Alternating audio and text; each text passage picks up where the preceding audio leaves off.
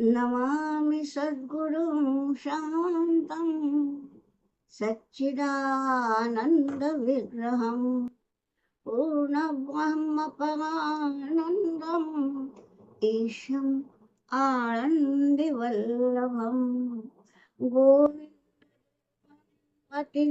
वरिष्ठं लब्धप्रतिष्ठं हरिभक्तिनिष्ठं ज्ञानगण्यं कृतभूरि पुण्यं विद्वद्वरेण्यं सततं स्मरामि मनसा स्मरामि योऽन्तः प्रविश्य मम वाचमिमां प्रसुप्तां सञ्जीवयत्यखिलशक्तिधरस्वधाम्ना अन्यांश्च हस्तचरणश्रवणत्वगादीन् प्राणान् नमो भगवते पुरुषाय तुभ्यम् यं प्रव्रजन्तमनुपेतमपेतकृत्यं द्वैपायनो विरहकातर आजुहाव पुत्रेति तन्मयतया तरवोऽभिनेदु तं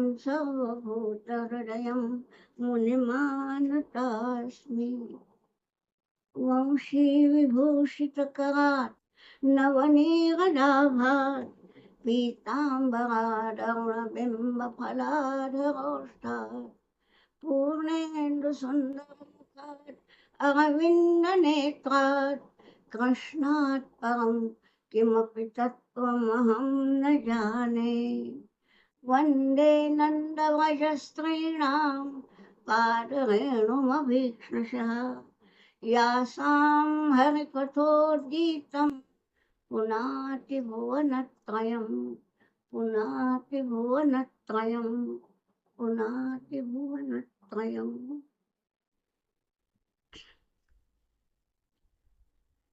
कल हम प्रहलाद की कथा तो हो गई, नरसिंह जी का अवतार भी हो गया, उसका जय जयकार भी हमने किया, लेकिन कथा यानी केवल कथा, कहानी नहीं होती ना जी। मैंने पहले ही बताया था कि ये जो है यथा तथा उसी प्रकार है। ये कथा कथम क्या हो गया, तो ये जो प्रहलाद की कथा है उसका अर्थ जो वरदानंद जी स्वामी जी ने जो लगाया है वो हम देखें तो अधिक अच्छा होगा, ऐसा हमको लगता है। तो कथा हो गई, लेकिन देखिए पहली बात ये है कि ये नरसिंह अवतार माने क्या। ये तो हमें पता है कि उसने ऐसा कि ब्रह्मा जी की सृष्टि का कोई भी प्राणी मुझे मार ना सके, इसलिए ऐसा रूप लिया। वरदानंद जी कहते हैं कि प्रहलाद एक बहुत कुशल संघटक था। लोगों को, अगर छोटा सा बच्चा है तो अपने साथियों को लेके वो उनको विष्णु के ये बता रहा है, जबकि पूरे राज्य में विष्णु का विरोध है, तब भी ये कर रहा है। ठीक, तो उसने नरों में से यानी आदमियों में से सिंह को जागृत कर दिया, नरसिंह जागृत हो गया। ये करतूत जो है वो प्रहलाद की है। बहुत सुंदर लिखा है वरदानंद जी ने, आप भी पढ़ लें तो बहुत अच्छा होगा। मैं ये उन्हीं का बता रही हूँ, मेरे पास तो कुछ है नहीं, लोगों के जो विचार है वही बता रहे। फिर विष से मरा नहीं, ये कैसे हुआ, देखिए जी। स्वयं राजा केवल आदेश देता है, तो हिरण्यकशिपु ने केवल आदेश दिए, हाँ इसको जहर पिला दो। लेकिन आप ये सोचिए कि जो ये लोग हैं उनके भी बाल बच्चे उसी गुरुकुल में पढ़ते हैं जहाँ प्रहलाद पढ़ता है, और उनके मुंह से ये भी कभी कभी सुनते ही होंगे ना, कभी मिलने जाते होंगे गुरुकुल में और सुनते होंगे कि ये कैसा है, तो इसको जहर देने की हिम्मत ही नहीं हुई। उन्होंने बतला दिया, हाँ हमने जहर पिला दिया, लेकिन नहीं हुआ, जिससे कि राजा के आदेश का भी पालन हो गया। ये वरदानंद जी ने कहा है। उसी प्रकार हाथी के पांव तले और महावत भग गया। उनको लगा नहीं कि एक निष्पाप बालक को कैसे हम हाथी के पांव तले कुछ लेंगे। महावत भग गया वहां से और बाद में आके बता दिया कि नहीं हुआ। ये इसी प्रकार से हुआ। और आखिर में जब नरसिंह ने बतलाया, भगवान ने बतलाया कि हाँ बेटा, तुमको अभी पिता के पाप धुलने के लिए तुमको राज्य करना है। तो भागवत जी में लिखा है कि 1000 साल तक राज्य किया। अब 1000 साल एक आदमी राज्य कैसे कर सकता है? ऐसा भी तो हो सकता है कि 1000 साल तक संविधान में कोई बदल नहीं हुआ, वही राज्य चलता है। संविधान में बदल करना पड़े अच्छी बात नहीं होती, यानी मूल संविधान में कुछ त्रुटि है। तो यहाँ जो प्रहलाद ने शुरू किया उसको तो नया ही करना पड़ा होगा ना, क्योंकि हिरण्यकशिपु के सारे कानून अलग ही थे। अब प्रहलाद ने नए लगाए, नया संविधान है, लेकिन वो इतना था कि 1000 साल तक उसमें कुछ भी फर्क करने की, उस सुधारने की नौबत ही नहीं आई। ये भी तो हो सकता है। प्रहलाद की कथा को हम तो भक्ति भाव से तो सुनते ही हैं, भगवान विष्णु की भक्ति ही हमारा अधिष्ठान है। लेकिन इन कथाओं का यदि हम ऐसा अर्थ ले तो खैर ये आपके ऊपर है। हम चलते हैं आगे। बोलो श्री कृष्ण गोविंद हरे मुरारे, हे नाथ नारायण वासुदेव, श्री कृष्ण।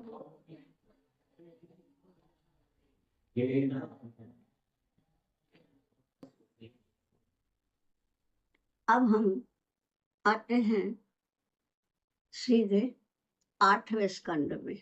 7वें स्कंद में सबसे बड़ी बात थी प्रहलाद की कथा, वो हो गई। अब हम 8वें स्कंद में प्रवेश करते हैं। उसमें आती है गजेंद्र मोक्ष की कथा। एक मजे की बात है, हमारे चिंतन में गजेंद्र मानव तो नहीं है, हाथी है। उसको मोक्ष कैसे मिलता है, जरा हम कथा के माध्यम से देख लेते हैं। क्या हुआ, ये गजेंद्र जो है, गजों में से इंद्र है, माने पहले तो गज हाथी जो होता है एक बलिष्ठ प्राणी है, मूलतया ही बलिष्ठ है। उनमें से गजों का इंद्र है, यानी कितना बलिष्ठ होगा। और वो सब परिवार स्नान करने गया है, ठीक है। बहुत सी हथिनियां भी साथ में है। और चले और देर तक उन्होंने जल क्रीड़ा की। और आपको मालूम है क्या हुआ कि उस जल में जो एक मगरमच्छ था, उसने गजेंद्र का पांव पकड़ लिया। अब मगरमच्छ का जो है वो तो निकलता नहीं। हालांकि ये गज बहुत बलिष्ठ था, उसने बहुत प्रयास किए तो भी वो अपना पांव नहीं छुड़ा सका। यहाँ तक कि उसकी साथी जो हथिनियां थी, उन्होंने भी जो लगाया, नहीं छूट सका। देखिए, एक एक करके हथिनियों ने देख लिया कि अब ये नहीं छूट सकता। अब हम यहाँ क्या करें। पहले शुरू में सभी ने प्रयत्न किए, पर जब नहीं होता तो एक एक करके निकल गई। अब बचा है अकेला गजेंद्र। ऐसे ही होता है। देखिए, जब हम कोई अच्छा मार्ग चुनते हैं, शुरू में साथीदार आते हैं, बोलते हैं कि हाँ हम भी तुम्हारा साथ है, लेकिन वो मार्ग यदि कष्टदायक है तो कितने लोग अंत तक साथ देते हैं, सोचिए। यही हुआ है। और अब वो अकेला है, छूट तो सकता नहीं है, परंतु सूंड है उसकी। उसने क्या किया, कि वो नदी के मतलब इसमें जो पानी में जो कमल था, वो सूंड से एक कमल तोड़ लिया, विष्णु का स्मरण किया, वो कमल विष्णु को अर्पण किया और बहुत सुंदर तरह से विष्णु का ध्यान किया। अब सब श्लोक सुनाने का समय तो अपने पास है नहीं, लेकिन एक दो पंक्तियां कि वो क्या बोलता है कि नमो नमस्तेस्तु, नमो नमस्ते अखिल कारणाय, निष्कारणाय, अद्भुत कारणाय।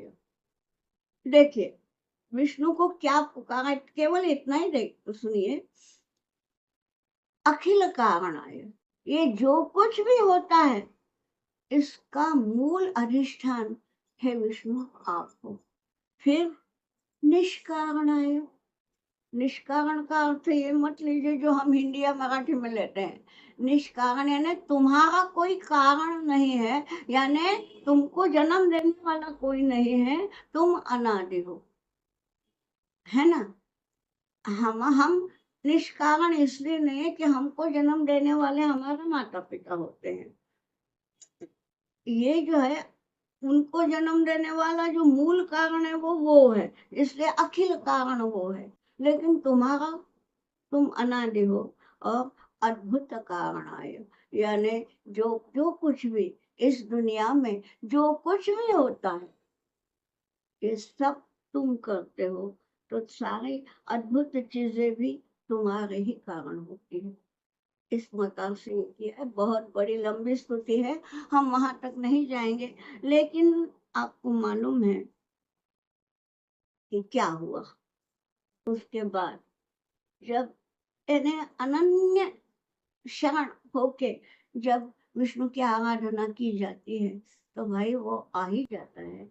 और हुआ यूं कि सुदर्शन चक्र उन्हें भेजा और सुदर्शन चक्र से वो जो मगरमच्छ था उसका मस्तक कट गया, ये निकल गया। अब सबसे पहले सुदर्शन चक्र का जो स्पर्श है किसको हुआ, मगरमच्छ को हुआ। उसको मुक्ति मिल गई। देखिए ना मजे की बात, जिसने कष्ट दिए वो पहले मुक्त हुआ है और बाद में गजेंद्र मुक्त हुआ है। तो ये क्या है, नक्र मुख विदारणम ऐसा इसमें है उसका। तो नक्र यानी मगरमच्छ और उसका मुख विदारण किया, ये हो गया। अब ये कैसे हुआ, इसको मोक्ष कैसे मिला, तो उनके पूर्व जन्म को देखना पड़ेगा। ये जो मगरमच्छ है वो वस्तुतः एक गंधर्व था। उस दिन हमने देखा ना कि वो चित्रकेतु को विद्याधर बनाया, ये विद्याधर गंधर्व यक्ष किन्नर ये सब के सब वो भुवः में रहते हैं। भू भुवः ऊपर, तो भुवः लोक में जो रहते हैं ये 8 योनियां हैं, उनमें से एक ये है गंधर्व। तो ये सामवेदी गंधर्व था। देखिए, और हुआ ये कि वो कुछ गंधर्व के हाथों कुछ ऐसी त्रुटि हुई कि उसको ये हो गया, उसको अगस्त्य मुनि का, नहीं अगस्त्य मुनि का तो इनको मिला है, किसी मुनि का उसको शाप हुआ। कोई मुनि आए थे और उनका उसने स्वागत नहीं किया, शाप मिला। शाप ये मिला कि तुम ग्राह होगे, तुम पकड़ पकड़ के रखने वाले होगे। माने ये एक तरह से ये शाप ही है। हमारे पास बहुत सारा अर्थ संचय है, ये अच्छा ही नहीं है, हम उसमें लिपट जाते हैं, बंध जाते हैं। तो ये होगा। फिर वो गिड़गिड़ाया कि मेरे से गलती हो गई, क्षमा कीजिए। तो उस शाप भी मिला कि कभी न कभी ऐसा होगा और तुम्हारा सुदर्शन चक्र से तुम्हारी मुक्ति होगी। देखिए, इन लोगों के शाप भी फलते हैं और उशाप भी फलते हैं।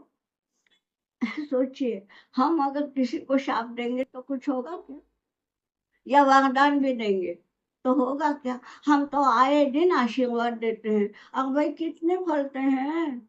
हम में नहीं है ना? क्यों नहीं है? हम भी तो उसी परमात्मा के अंश है, जीवात्मा। फिर हम में ताकत क्यों नहीं? इसलिए कि ये होता है, परान्नेन मुखम दग्धम। हम परान्न लेते हैं, हमारे मुख में वो है ही नहीं। किसी ने खिलाया, हमने खा लिया। परान्न का अर्थ केवल वो मत बोलिए, ये भी होता है अंडर टेबल, ये भी परान्न होता है। तो परान्नेन मुखम दग्धम, हस्तौ दग्धौ परिग्रह। शाप दो या वरदान दो, हाथ होता है, हाथ उठता है। तो हमारे हाथ जो है वो परिग्रह करते हैं। परिग्रह यानी संचय। हमारे हाथ सब कुछ समेटने में लगे हैं, ये भी लूं, वो भी लूं। तो हस्तौ दग्धौ परिग्रहात्, मुखम दग्धम परान्नेन। तो भैया के शाप भी नहीं फलते, वरदान भी नहीं फलते, लेकिन ये जो होता है, इनके जैसे मुनि जैसे होते हैं, उनका शाप भी फलता है, उस शाप भी फलता है। और इसीलिए ये हो गए। तो ग्राह की मुक्ति हो गई। ग्राह माने मगरमच्छ, तो उसकी मुक्ति हो गई।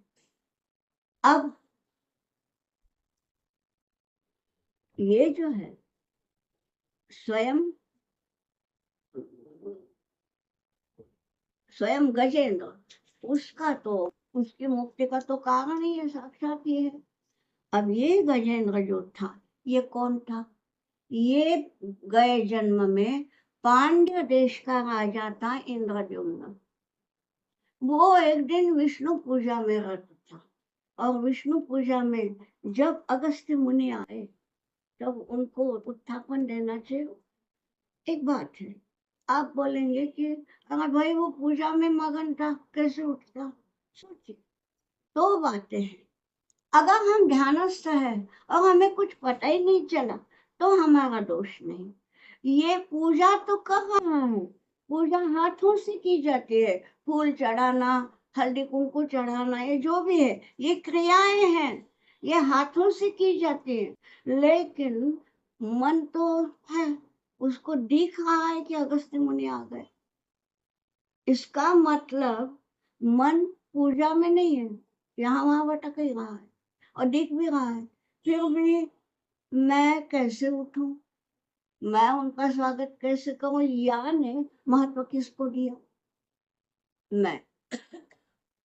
या ने, हाँ, मन ही नहीं जाता, बात अलग थी। मन गया, फिर भी उत्थापन नहीं दिया। तो उन्होंने यही बोला कि ठीक है, तुम मदोन्मत्त हो गए हो, तो मदोन्मत्त हाथी हो जाओ। अब हाथी तो हो गए, लेकिन पूर्व के संस्कार थे, क्योंकि विष्णु पूजा कर रहा था, और पूजन करते हुए ही उनका आगमन हुआ, तो इसलिए विष्णु के हाथों से उसका ये हो गया। तो इस प्रकार से ये सब दोनों का हो गया। गजेंद्र मोक्ष की कथा हम बहुत जल्दी जल्दी निपटा ली, क्योंकि आगे हमें जाना है। अब परीक्षित का प्रश्न है, क्योंकि ये सब क्या हो रहा है, ये सब परीक्षित के राजा जो है, और शुक मुनि उनको उपदेश दे रहे हैं। अब परीक्षित बोलता है कि अरे भाई, देवों के पास अमृत है। हाँ, ये देव ही तो आए थे पहले कि हम तुमको अमृत देते हैं, तुम हमको कथा दो। तो बोले नहीं नहीं नहीं, इसको में बतलाया गया था। तो ये देवों के पास अमृत आया कहाँ से और क्यों आया? तो उसके लिए फिर आगे समुद्र मंथन की कथा आती है। अब आप जानते हैं समुद्र मंथन कैसे हुआ, क्यों हुआ, अमृत के लिए हुआ, ये तो सभी जानते हैं। अब शायद वो श्लोक भी कईयों को आता होगा कि 14 रत्न कौन कौन से निकले। अब उन 14 रत्नों का महाभारत का क्रम अलग है, भागवत का क्रम अलग है, हमको वो क्रम से कोई मतलब नहीं। ये देखना है कि 14 रत्न निकले। समुद्र मंथन हुआ कैसे? आपको मालूम है कि उसके लिए मंदार पर्वत लिया गया। सबसे बड़ा है वो मंदार पर्वत, ठीक है, क्योंकि समुद्र के भीतर अमृत है, वो अमृत निकालना है। अरे भाई, हम औरतें साधारण सा मक्खन निकालना है तो हमको हमारे घर में वो मंथन करना पड़ता है ना। दही में पानी डालो, फिर उसमें ये करो, तब कहीं हमें मक्खन मिलता है। अब ये जो अमृत है, ये अमृत यानी समुद्र का नवनीत है, इसको निकालना है तो मंथन आवश्यक है। अब इतने बड़े समुद्र को मथने वाली मथानी कहाँ से लावे हैं? मथानी इतनी होती नहीं, इसलिए पर्वत की मथानी। अब आप सोचिए, साधारण जो मथानी है हम लोग करते हैं तो हाथ से करते हैं, लेकिन ग्वालों के घर में जो रहती है वो ऐसी नहीं होती ना, बड़ी होती है, तो उसके लिए रस्सी लगती है, तो रस्सी यूं यूं खींचनी पड़ती है। अब इतने बड़े पर्वत को घेरने वाली रस्सी कहाँ से लावे, है ना बात। उस समय सर्प आ गए, वासुकी, ठीक, उनको लिया।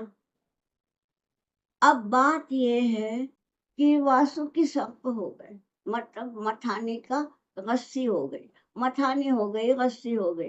अरे भाई, मंथन, इसके लिए तो बहुत सारा मनुष्य बल चाहिए ना, कितने लोग मंथन करेंगे। तब देखिए, इसको कहते हैं सही राजनीति। राजनीति का मतलब मेरा पॉलिटिक्स नहीं है, पॉलिटिकल साइंस है, यानी अच्छी तरह से राज्य शास्त्र कैसे होता है। तो ये बतलाया है, ये रणनीति बोलिए या राजनीति बोलिए कि अवयोभिसंधेया सति कार्यार्थ गौरवे। अगर काम इतना बड़ा है तो शत्रुओं के साथ भी संधि करना पड़ता है, उनको भी मिला लो, युति बनाने में कोई दोष नहीं है। ये बता दिया है कि ये देवों को चाहिए, अमृत चाहिए। बात ये है कि देवों का असुरों का संग्राम हमेशा होता था, परंतु उनके गुरु थे शुक्राचार्य, उनके पास थी संजीवनी विद्या, तो जितने भी ये गिरते थे दैत्य, तो उनको बने से पुनर्जीवित करते थे, तो उनका मनुष्य बल कम नहीं होता था। यहाँ देवों की ओर से जो लड़ते थे तो उनके गए तो गए, तो कुछ तो चाहिए।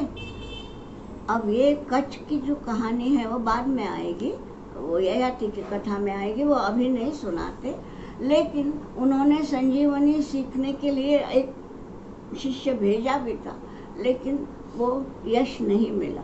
तो अब कुछ तो चाहिए, इसलिए अमृत, तो अमृत लेना है, वो समुद्र से निकालना है। तो ऐसे में हमारे पास यदि मनुष्य बल कम है तो उनको भी साथ ले लो, और इसलिए देव भी आ गए, दानव भी आ गए, और सबने मिलके मंथन शुरू किया है। उसमें भी मजे की बात है, जानबूझ के, यानी एक कैसी होती है देखिए, जानबूझ के। अब ये सर्प है ना, ये रस्सी थोड़ी है साधारण, ये सर्प है, सर्प के एक तरफ मुंह होता है, एक तरफ पूंछ होती है, तो जानबूझ के जहाँ मुंह है वहां पे देव खड़े हो गए। अब दानवों को लगा नहीं ये हमारा अपमान है, हम पूंछ की तरफ क्यों, तो बोलने लगा ऐसे नहीं, हमको वहां पे करो। तो यही तो चाहते थे देव, ठीक है, आप जैसा कहते हैं यहाँ आ जाइए। क्या है, वासुकी है सब, ठीक है, जब यूं यूं करेंगे उसके पेट में दबाव आएगा तो वो सांस छोड़ेगा।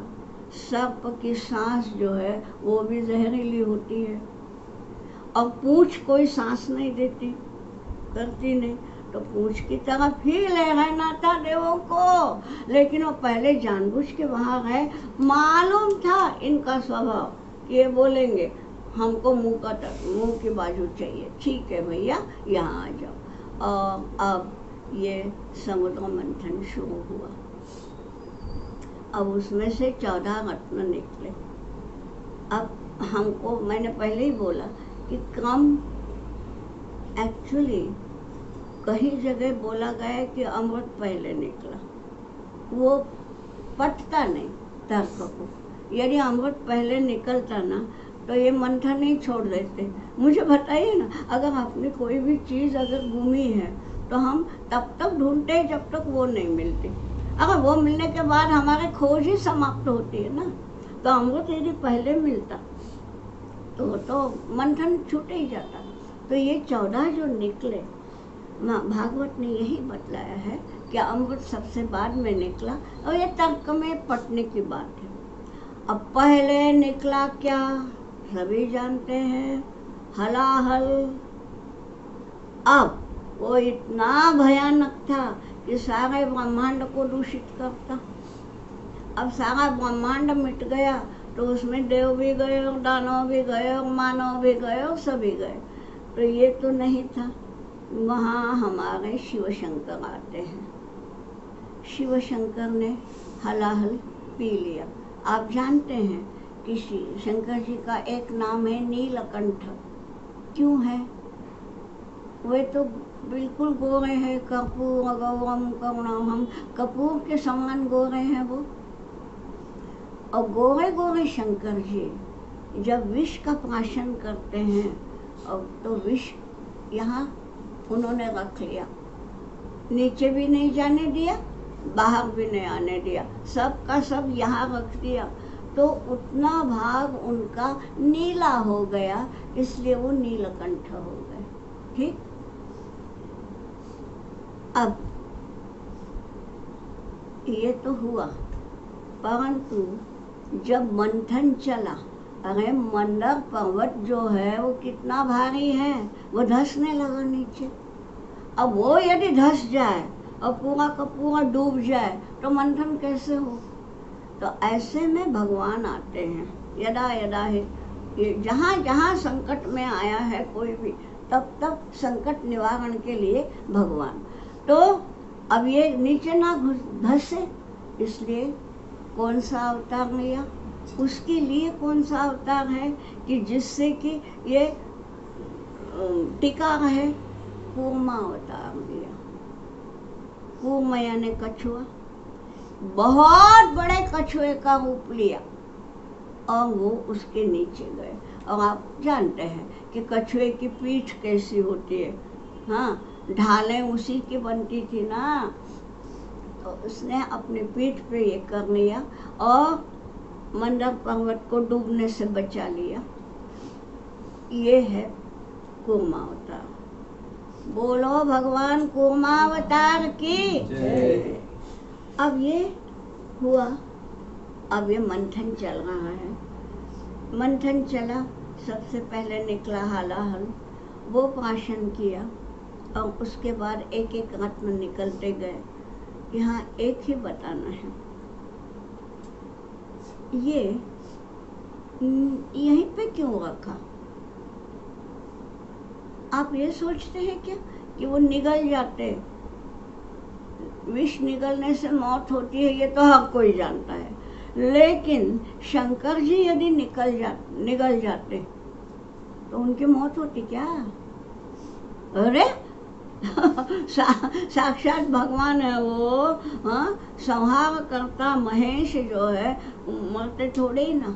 फिर भी उन्होंने नीचे नहीं जाने दिया, ऊपर भी नहीं जाने दिया। यहीं पे क्यों रखा होगा? सोचते हैं कोई? हमने सोचा है, जरा सुनिए। यदि वो निगल जाते तो क्या होता? वो विष जो है वो तो पचा लेते, वो मरते नहीं। पर विष पचना यानी क्या? विष क्या होता है? ये है घातक द्रव्य। जहर जो है वो किसी का भी घात करता है। अगर हम घातक द्रव्य को पचा लेते तो हमारी विचारधारा वैसी होगी।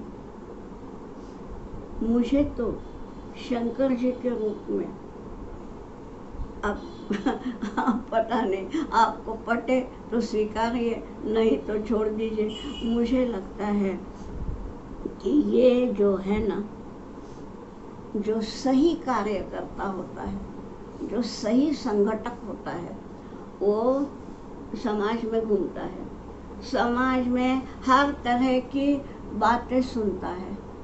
कुछ बातें जहरीली भी होती है कि नहीं, विरोध की बातें होती है कि नहीं। समाज में हम जाते हैं तो क्या सभी कुछ हमारे पक्ष में बोलेंगे? क्या नहीं, वो जहर होता है, लेकिन वो जहर ठीक है भैया, तुमने बोल दिया, हमने पचाया नहीं, अंदर तक नहीं जाने दिया, किंतु फिर बाहर भी नहीं आने दिया। किसी ने हमें गाली दी, मैंने भूल जाना चाहिए, इसने मुझे गाली दी करके मैं इसका कुछ करूं, ये नहीं सोचना चाहिए। यहाँ तक ठीक है, पर यदि मैं उसी गाली को बाहर से बोलूं तो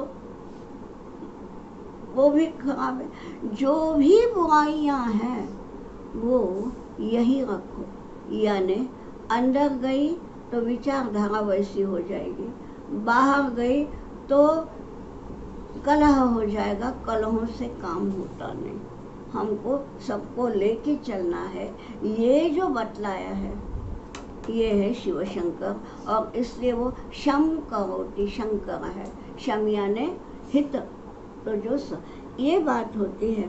अब बाद में क्या हुआ, ये तो पहले ये निकल गया, उसको तो शंकर जी ने गले में स्थापन कर लिया। अब बाकी आ गए, अब ये 14 रत्न जो है, किस किस को क्या क्या मिला, थोड़े में बता देती हूँ। लक्ष्मी जी विष्णु को मिली, ये तो सभी जानते हैं। लक्ष्मी कौस्तुभ पारिजातक सुहा, कौस्तुभ मणि है, ये आपको मालूम है, कौस्तुभ माला है तो वो भी विष्णु को मिली। शंख, शंख चक्र गदाधारी आप जानते हैं, शंख भी। तो ये 3 चीजें विष्णु के पास गई, लक्ष्मी, शंख और कौस्तुभ मणि। फिर पारिजातक का ये निकला, अप्सराएं निकली, ये दोनों जो है पारिजातक और अप्सराएं, ये देवगणों के पास गई। ठीक, सुरा निकली, सुरा यानी मध्य, मदिरा, वो असुर लपक ही गए, ये हमको चाहिए, हाँ भैया ले लो, किसी ने कुछ मांगा नहीं। और देखो असुरों ने सुरा ली, इसका ठीक से ये कीजिए। असुर यानी एक लड़ाऊ शक्ति है, दैत्य बोलो, दानव बोलो, असुर बोलो, ये सब लड़ने वाली शक्तियां हैं, है ना। और उनके यहाँ आज जो सेना बल है, आपको मालूम है कि वहाँ पे उनके लिए इस पे बंदी नहीं है, आप ले सकते हो, पता नहीं क्या है, वो शायद वहाँ से आया है कि नहीं, पता नहीं, सोचिए आप। मगर मुझे कभी कभी लगता है कि ये क्या, जाने दीजिए। बाद में चंद्र निकला, उसको शिवजी ने धारण कर लिया। पिनाक नाम का धनुष निकला, वो भी शिवजी ने धारण कर लिया। फिर हाथी निकला, ऐरावत, वो इंद्र ने ले लिया। फिर एक 7 मुख वाला ये निकला घोड़ा, अश्व, उच्चैश्रवा नाम है उसका, तो वो किसको मिला कईयों को मालूम नहीं है, वो बलि को मिला है। बाद में हमारा उसकी भी कथा आएगी, बलि के दमन की। बलि के पास उच्चैश्रवा गया है। कामधेनु निकले, वो कामधेनु किसी भी व्यक्ति के पास नहीं गई, वो स्वर्गलोक में गई। देखिए स्वर्गलोक में सभी कामनाओं की पूर्ति होती है। अरे भाई अभी भी अमृत तो निकला ही नहीं है।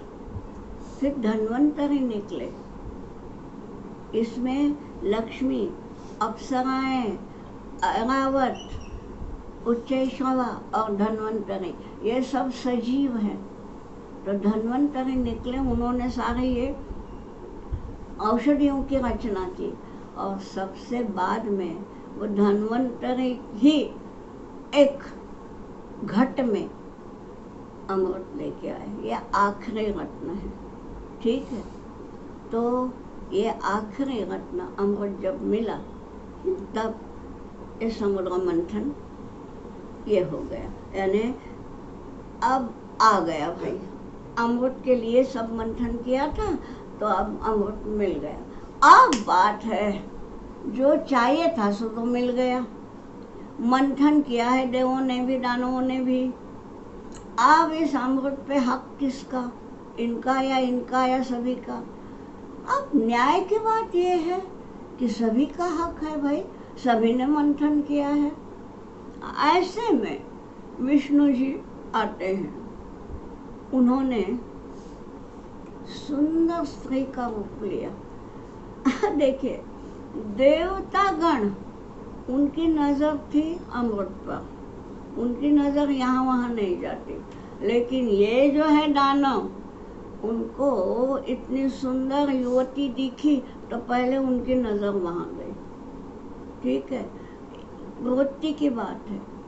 अब वो युवती आई, बड़े अच्छे लुभावने हाव भाव करती हुई आई और बोलने लगे, अच्छा यह अमृत का घड़ा आया है, चलिए ना मैं इसका वितरण कर देती हूँ। अब ये तो और अच्छी बात है, इतनी सुंदर ही और वो अमृत देगी अपने हाथों से, बहुत अच्छा।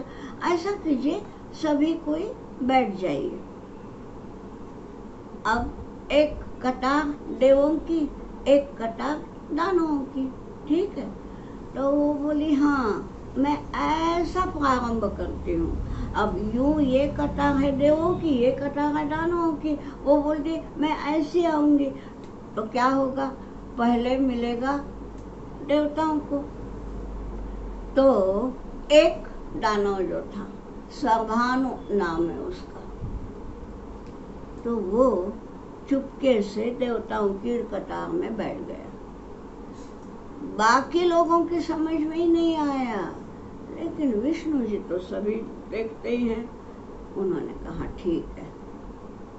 अब हुआ यूं कि ये युवती दे रही है, युवती यानी स्वयं तो विष्णु भगवान है, देते देते इनके पास आए, पता चला कि ये देव तो है नहीं, पर अब तब तक थोड़ा सा गिर गया था उनके हथेली में और उसने प्राशन कर लिया था। अब अमृत की एक बूंद भी हो तो ये तो अमर कर देगी।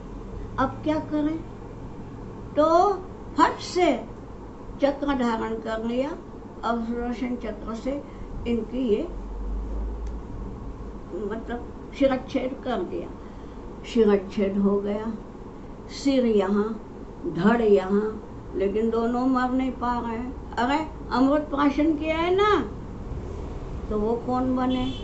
जिनको कोई ये मालूम होगा, ज्योतिष शास्त्र उन्हें मालूम होगा कि एक है राहु, सिर यानी राहु, और एक है केतु, धड़ यानी केतु, ये हैं। और इसलिए ज्योतिष शास्त्रों को ये दिया है कि देखिए बाकी ग्रहों की जो है ना, उनमें कुछ नहीं, किसी भी पत्रिका में किसी भी ग्रह में कोई भी ये रहता है, लेकिन यहाँ राहु और केतु के ग्रह ऐसे कि बराबर ये अगर इसमें लग्न में है तो ये 9 में ही आएगा। यानी क्यों?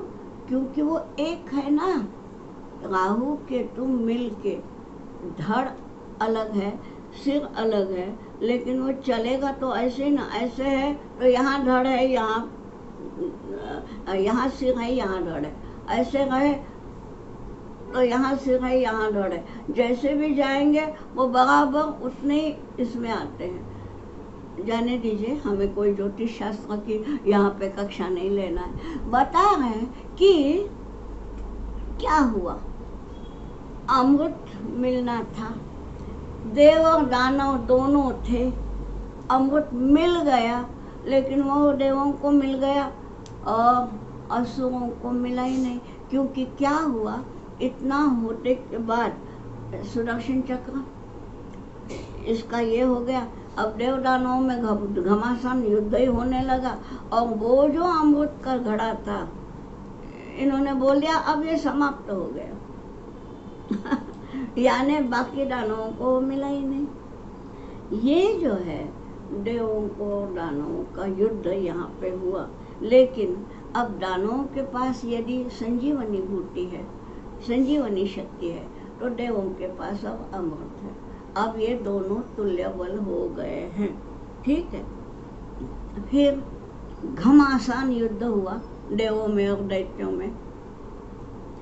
और क्या हुआ, उसमें बलि मारा गया है। ठीक है। किंतु बलि दैत्यों के पक्ष में है और शुक्राचार्य ने फट से उनको जीवित कर दिया। मारा गया था फिर भी जीवित हो गया और इसलिए बलि बन गया, बलिष्ठ बन गया। ठीक है। अब हमको देखना है आगे क्या होता है।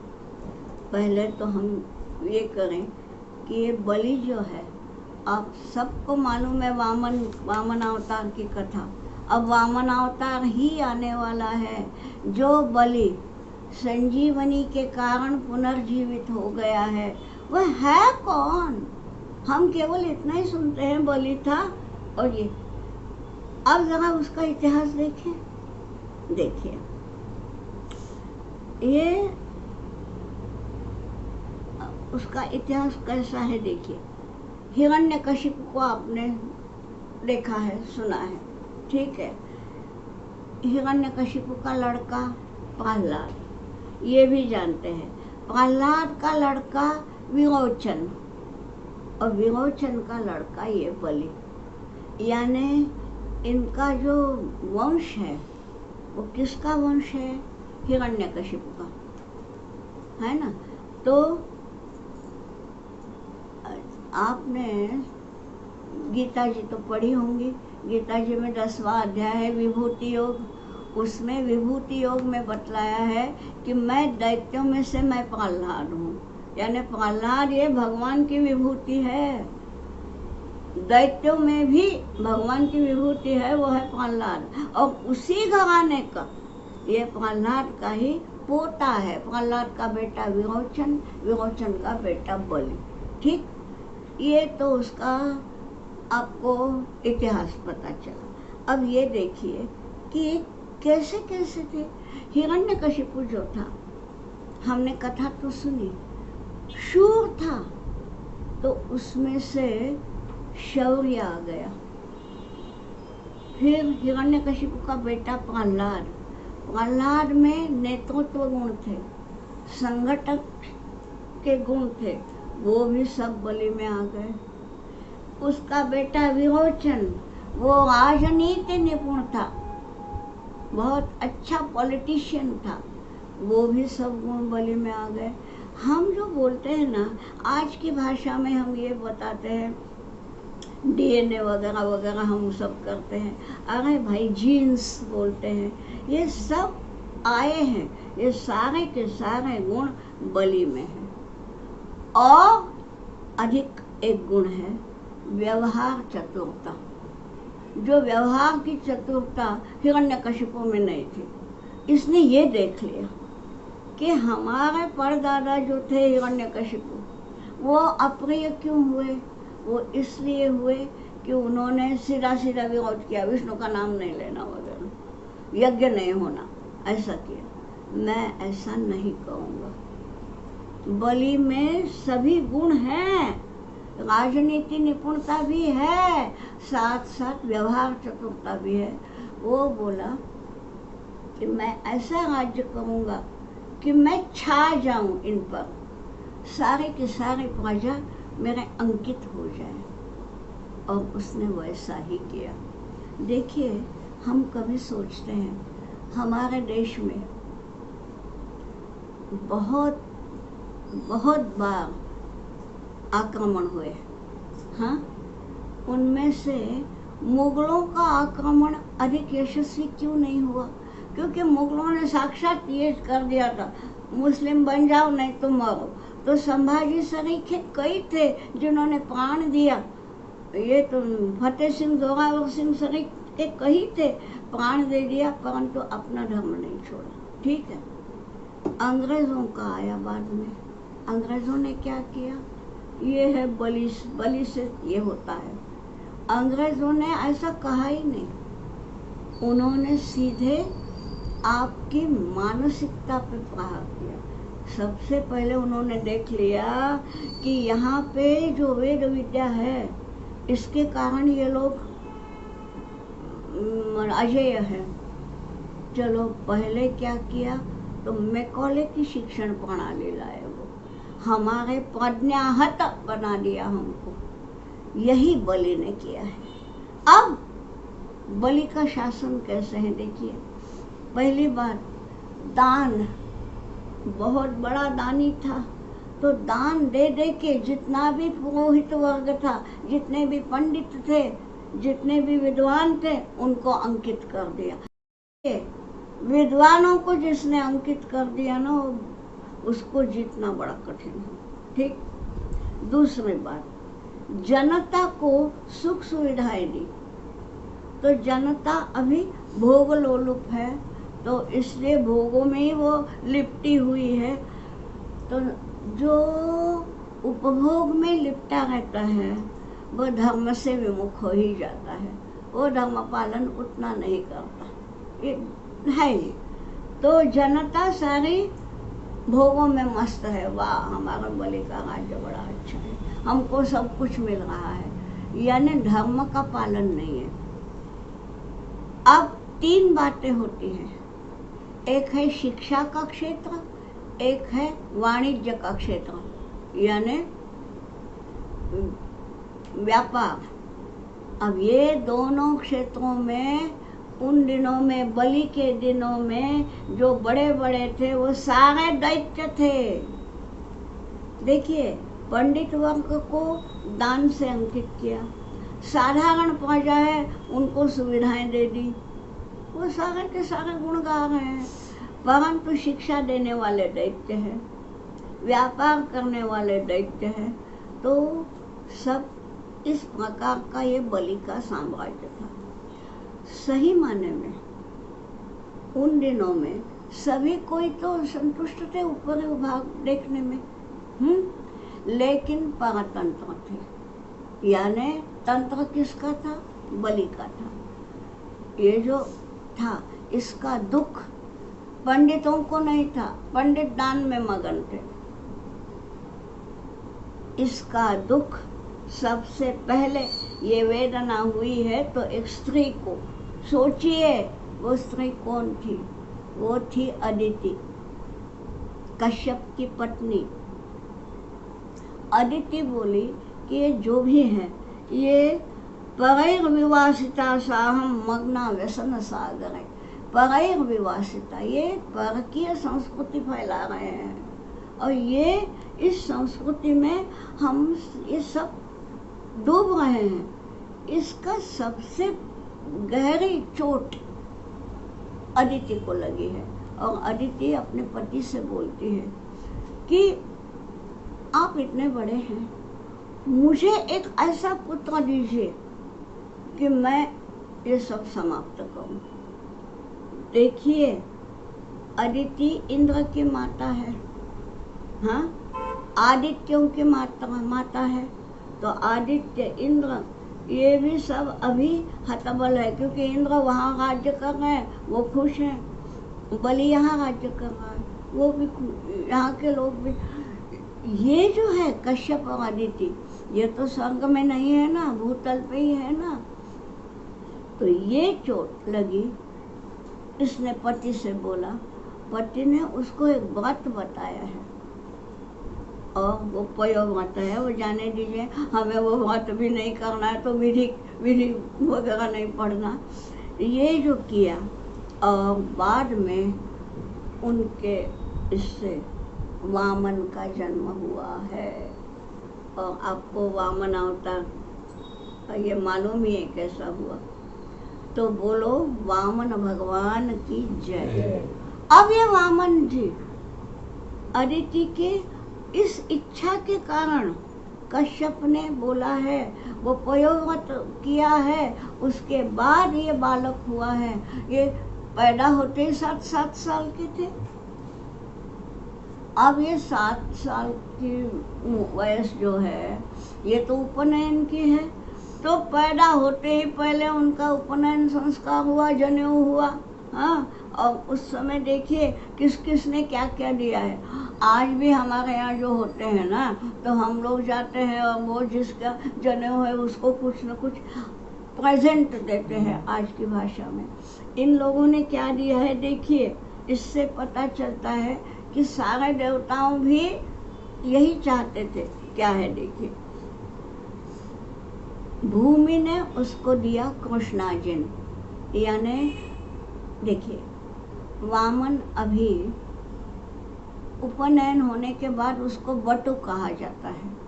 तो ये बटु है। बटु को बैठने के लिए आसन जो होता है वो भूमि ने दिया। फिर एक पलाश दंड होता है वो चंद्र ने दिया। सप्तर्षियों ने कुश दिए, वो कुश की ये होती है डालनी पड़ती है, वो सप्तर्षियों ने दी। छत्र दिया तो देव आकाश ने दिया, छत्र छाया। और आपको मालूम है ये ओम भवते भिक्षान देहि बोलते हैं बटु। हाँ, तो एक भिक्षा पात्र होना चाहिए। वो किसने दिया होगा? वो दिया है साक्षात कुबेर ने। अब कुबेर ने जो दिया है तो बोलिए मतलब इसका भिक्षा पात्र कभी भी खाली नहीं रहेगा। और सरस्वती ने जपमाला दी है, और ब्रह्मदेव ने कमंडलू, बृहस्पति ने जनेऊ, रहे कौन? माता और पिता। तो पिता ने वो मौंजी मेखला, जिसके कारण मौंज बोलते हैं या मुंज बोलते हैं, वो मुंज नाम की वो मेखला होती है, और वो दी। और माँ ने कौपी न दिया। अब ये हो गया पूरी तरह से बटू। पैदा हुआ है, अभी पैदा होते ही साथ ये बटू बन गया। और अब ये निकले हैं बलि के राज्य में।